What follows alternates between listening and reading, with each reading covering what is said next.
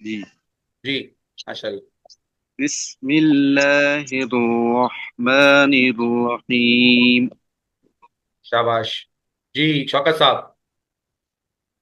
بسم اللہ الرحمن الرحیم. جی افتخار صاحب. بسم اللہ الرحمن الرحیم. صحیح شاباش گڈ احسنت. کاشف صاحب. بسم اللہ الرحمن الرحیم.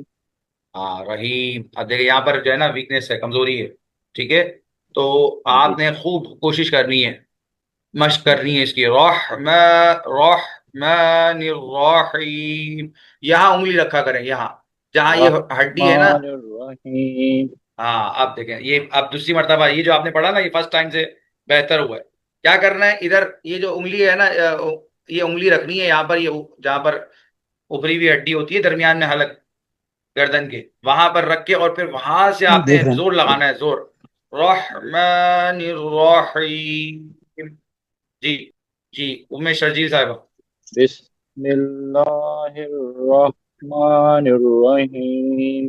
ہاں رحیم میں دیکھیں کبھی کبھی نکل رہا ہے ہاں، کبھی نہیں نکل رہا ہے. ٹھیک ہے، تو یہ آپ نے اس پر توجہ دینی ہے. مقصد یہی ہے کہ جو ہماری کمزوریاں ہیں وہ بالکل واضح طور پر ہمارے سامنے آ جائیں، اور پھر ہم اس کو دور کرنے کی کوشش کریں. اور انشاءاللہ آہستہ آہستہ، پہلے دن ہی نہیں یہ کمی کوتاہی دور ہوتی، اس میں ٹائم لگتا ہے، تو آپ نے مشق کرنی ہے. جی نیکسٹ. بسم اللہ الرحمن الرحیم. ہاں آپ کے بھی یہ رحیم کا میں مسئلہ ہے، رحیم. کلیئر نہیں ہے. ہا کلیئر نہیں ہے، ہا کی جگہ ہا نکل رہا ہے.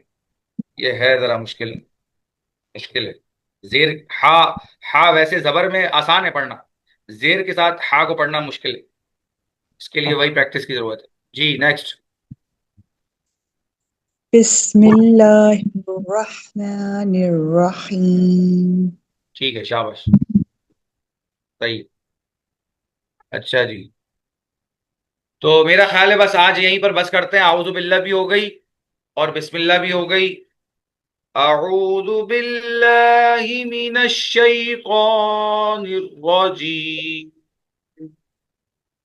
بسم اللہ الرحمن الرحیم. ٹھیک ہے بھائی، آپ حضرات سے دعاؤں کی درخواست ہے، دعاؤں میں یاد رکھیے گا. رمضان کے قیمتی لمحات چل رہے ہیں، اس ناچیز کو، گناہ گار کو بھی دعاؤں میں یاد رکھیں. اللہ تعالیٰ ہماری ان کوششوں کو قبول فرمائے اخلاص کے ساتھ. اللہ تعالیٰ پر یہ اس پڑھنے پڑھانے کی توفیق عطا فرمائے. آمین. اور جو آمین مقصد ثم ہے قرآن پاک کو صحیح پڑھنے پر ہم قادر ہو جائیں، اور قرآن کو اسی طرح پڑھنے کی کوشش کریں جس طرح قرآن پاک نازل ہوا. اللہ تعالیٰ اس مقصد میں ہم سب کو کامیاب کرے. آمین. السلام علیکم ورحمۃ اللہ وبرکاتہ. جزاک اللہ خیر. وعلیکم السلام ورحمۃ اللہ وعلیکم السلام وبرکاتہ. ورحمۃ اللہ وبرکاتہ.